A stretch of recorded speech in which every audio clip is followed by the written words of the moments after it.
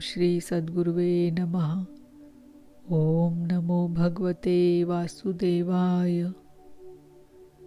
अथेकादशो अध्याय। मनवंतरादि काल विभाग का वर्णन। श्री मैत्रेय जी कहते हैं, विदुर जी, पृथ्वी आदि कार्य वर्ग का जो सूक्ष्मतम अंश है, जिसका और विभाग नहीं हो सकता तथा जो कार्य रूप को प्राप्त नहीं हुआ है और जिसका अन्य परमाणुओं के साथ संयोग भी नहीं हुआ है, उसे परमाणु कहते हैं। इन अनेक परमाणुओं के परस्पर मिलने से ही मनुष्यों को भ्रमवश उनके समुदाय रूप एक अवयव की प्रतीति होती है। यह परमाणु, जिसका सूक्ष्मतम अंश है, अपने सामान्य स्वरूप में स्थित उस पृथ्वी आदि कार्यों की एकता, समुदाय अथवा समग्र रूप का नाम परम महान है।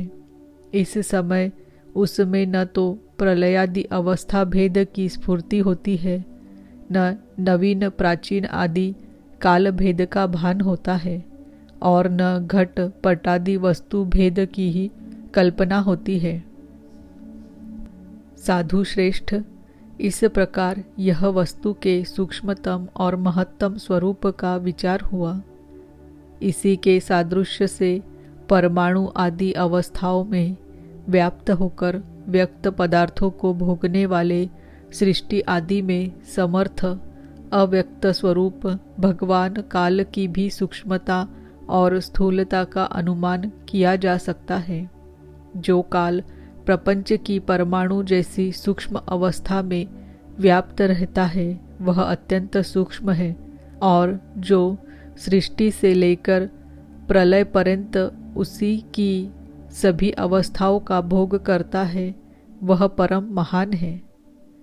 दो परमाणु मिलकर एक अणु होता है और तीन अणुओं के मिलने से एक त्रस रेणु होता है, जो झरोखे में से होकर आई हुई सूर्य की किरणों के प्रकाश में आकाश में उड़ता देखा जाता है। ऐसे तीन त्रस रेणुओं को पार करने में सूर्य को जितना समय लगता है, उसे त्रुटि कहते हैं। इससे 100 गुना काल वेध कहलाता है और 3 वेध का एक लव होता है। 3 लव को एक निमेष और 3 निमेष को एक क्षण कहते हैं। 5 क्षण की एक काष्ठा होती है और 15 काष्ठा का एक लघु।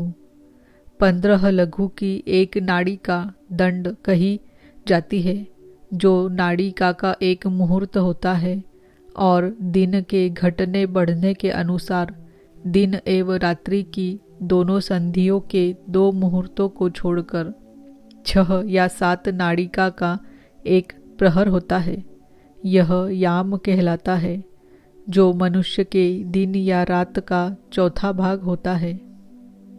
6 पल तांबे का एक ऐसा बर्तन बनाया जाए जिसमें एक प्रस्थ जल आ सके, और 4 माशे सोने की 4 अंगुल लंबाई सलाई बनवाकर उसके द्वारा उस बर्तन के पेंदे में छेद करके उसे जल में छोड़ दिया जाए।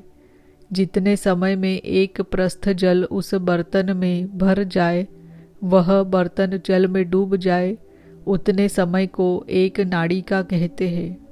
विदुर जी, 4-4 पहर के मनुष्य के दिन और रात होते हैं और 15 दिन रात का एक पक्ष होता है, जो शुक्ल और कृष्ण भेद से 2 प्रकार का माना गया है। इन दोनों पक्षों को मिलाकर एक मास होता है, जो पितरों का एक दिन रात है। 2 मास का एक ऋतु और 6 मास का एक अयन होता है। अयन दक्षिणायन और उत्तरायण भेद से 2 प्रकार का है। ये दोनों अयन मिलकर देवताओं के एक दिन रात होते हैं तथा मनुष्य लोक में ये वर्ष या 12 मास कहे जाते हैं। ऐसे 100 वर्ष की मनुष्य की परम आयु बताई गई है। चंद्रमा आदि ग्रह, अश्विनी आदि नक्षत्र और समस्त तारा मंडल के अधिष्ठाता काल स्वरूप भगवान सूर्य परमाणु से लेकर संवत्सर पर्यंत काल में 12 राशि रूप संपूर्ण भुवन कोश की निरंतर परिक्रमा किया करते हैं। सूर्य, बृहस्पति, सवन, चंद्रमा और नक्षत्र संबंधी महीनों के भेद से यह वर्ष ही संवत्सर, परिवत्सर, ईड़ावत्सर, अनुवत्सर और वत्सर कहा जाता है। विदुर जी, इन 5 प्रकार के वर्षों की प्रवृत्ति करने वाले भगवान सूर्य की तुम उपहार आदि समर्पित करके पूजा करो। ये सूर्यदेव पंचभूतों में से तेज स्वरूप है और अपनी काल शक्ति से बीजादि पदार्थों की अंकुर उत्पन्न करने की शक्ति को अनेक प्रकार से कार्योन्मुख करते हैं।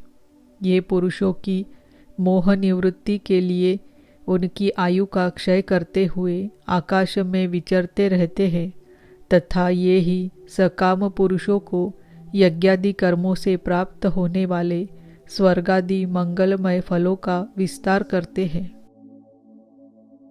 विदुर जी ने कहा, मुनिवर, आपने देवता, पितर और मनुष्यों की परमायु का वर्णन तो किया।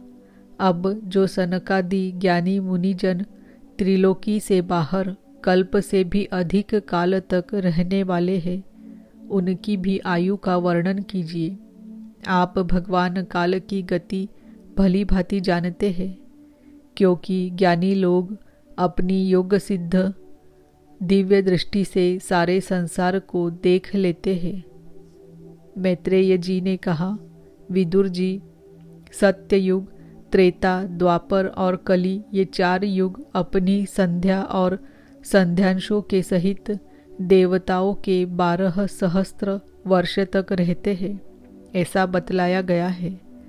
इन सत्यादि चारों युगों में क्रमशः 4, 3, 2 और 1 सहस्त्र दिव्य वर्ष होते हैं और प्रत्येक में जितने सहस्त्र वर्ष होते हैं उससे दुगुने 100 वर्ष उनकी संध्या और संध्यांशों में होते हैं। युग की आदि में संध्या होती है और अंत में संध्यांश। इनकी वर्ष गणना सैकड़ों की संख्या में बतलाई गई है। इनके बीच का जो काल होता है उसी को कालवेत्ताओं ने युग कहा है। प्रत्येक युग में एक एक विशेष धर्म का विधान पाया जाता है। सत्य युग के मनुष्यों में धर्म अपने चारों चरणों से रहता है। फिर अन्य युगों में अधर्म की वृद्धि होने से उसका एक एक चरण क्षीण होता जाता है। प्यारे विदुर जी, त्रिलोकी से बाहर महरलोक से ब्रह्मलोक पर्यंत यहाँ की 1 सहस्त्र चतुर्युगी का एक दिन होता है और इतनी ही बड़ी रात्रि होती है जिसमें जगत कर्ता ब्रह्मा जी शयन करते हैं। उस रात्रि का अंत होने पर इस लोक का कल्प आरंभ होता है। उसका क्रम जब तक ब्रह्मा जी का दिन रहता है तब तक चलता रहता है। उस एक कल्प में 14 मनु हो जाते हैं। प्रत्येक मनु 71 चतुर्युगी से कुछ अधिक काल तक अपना अधिकार भोगता है। प्रत्येक मनवंतर में भिन्न भिन्न मनुवंशी राजा लोग, सप्तर्षि, देवगण, इंद्र और उनके अनुयायी गंधर्वादि साथ साथ ही अपना अधिकार भोगते हैं। यह ब्रह्मा जी की प्रतिदिन की सृष्टि है। इसमें तीनों लोकों की रचना होती है। उसमें अपने अपने कर्मानुसार पशु पक्षी, मनुष्य, पितर और देवताओं की उत्पत्ति होती है। इन मनवंतरों में भगवान सत्व गुण का आश्रय ले अपनी मनु आदि मूर्तियों के द्वारा पौरुष प्रकट करते हुए इस विश्व का पालन करते हैं। कालक्रम से जब ब्रह्मा जी का दिन बीत जाता है तब वे तमोगुण के संपर्क को स्वीकार कर अपने सृष्टि रचना रूप पौरुष को स्थगित करके निश्चेष्ट भाव से स्थित हो जाते हैं। उस समय सारा विश्व उन्हीं में लीन हो जाता है। जब सूर्य और चंद्रमादि से रहित वह प्रलय रात्रि आती है, तब वे भू भुव स्वः तीनों लोक उन्हीं ब्रह्मा जी के शरीर में छिप जाते हैं। उस अवसर पर तीनों लोक शेष जी के मुख से निकली हुई अग्नि रूप भगवान की शक्ति से जलने लगते हैं। इसीलिए उसके ताप से व्याकुल होकर भृगु आदि मुनीश्वर गण महर लोक से जनलोक को चले जाते हैं। इतने में ही सातों समुद्र प्रलय काल के प्रचंड पवन से उमड़कर अपनी उछलती हुई उत्ताल तरंगों से त्रिलोकी को डुबो देते हैं। तब उस जल के भीतर भगवान शेषशायी योग निद्रा से नेत्र मूंद कर शयन करते हैं। उस समय जनलोक निवासी मुनिगण उनकी स्तुति किया करते हैं। इस प्रकार काल की गति से एक एक सहस्त्र चतुर्युग के रूप में प्रतीत होने वाले दिन रात के हेर फेर से ब्रह्मा जी की 100 वर्ष की परमायु भी बीती हुई सी दिखाई देती है। ब्रह्मा जी की आयु के आधे भाग को परार्ध कहते हैं। अब तक पहला परार्ध तो बीत चुका है, दूसरा चल रहा है। पूर्व परार्ध के आरंभ में ब्राह्म नामक महान कल्प हुआ था। उसी में ब्रह्मा जी की उत्पत्ति हुई थी। पंडित जन इन्हें शब्द ब्रह्म कहते हैं। उसी परार्ध के अंत में जो कल्प हुआ था उसे पाद्म कल्प कहते हैं। इसमें भगवान के नाभि सरोवर से सर्वलोकमय कमल प्रकट हुआ था। विदुर जी, इस समय जो कल्प चल रहा है वह दूसरे परार्ध का आरंभक बतलाया जाता है। यह वाराह कल्प नाम से विख्यात है। इसमें भगवान ने सुकर रूप धारण किया था। यह 2 परार्ध का काल अव्यक्त अनंत अनादि विश्वात्मा श्री हरि का एक निमेष माना जाता है। यह परमाणु से लेकर द्विपरार्ध पर्यंत फैला हुआ काल सर्वसमर्थ होने पर भी सर्वात्मा श्री हरि पर किसी प्रकार की प्रभुता नहीं रखता।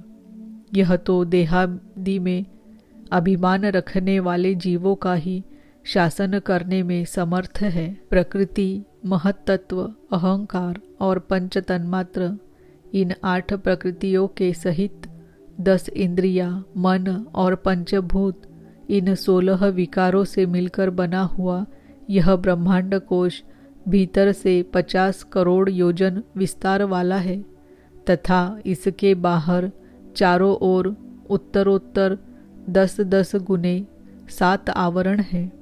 उन सब के सहित यह जिसमें परमाणु के समान पड़ा हुआ दिखता है और जिसमें ऐसी करोड़ों ब्रह्मांड राशियां हैं, वह इन प्रधान आदि समस्त कारणों का कारण अक्षर ब्रह्म कहलाता है और यही पुराण पुरुष परमात्मा श्री विष्णु भगवान का श्रेष्ठ धाम स्वरूप है।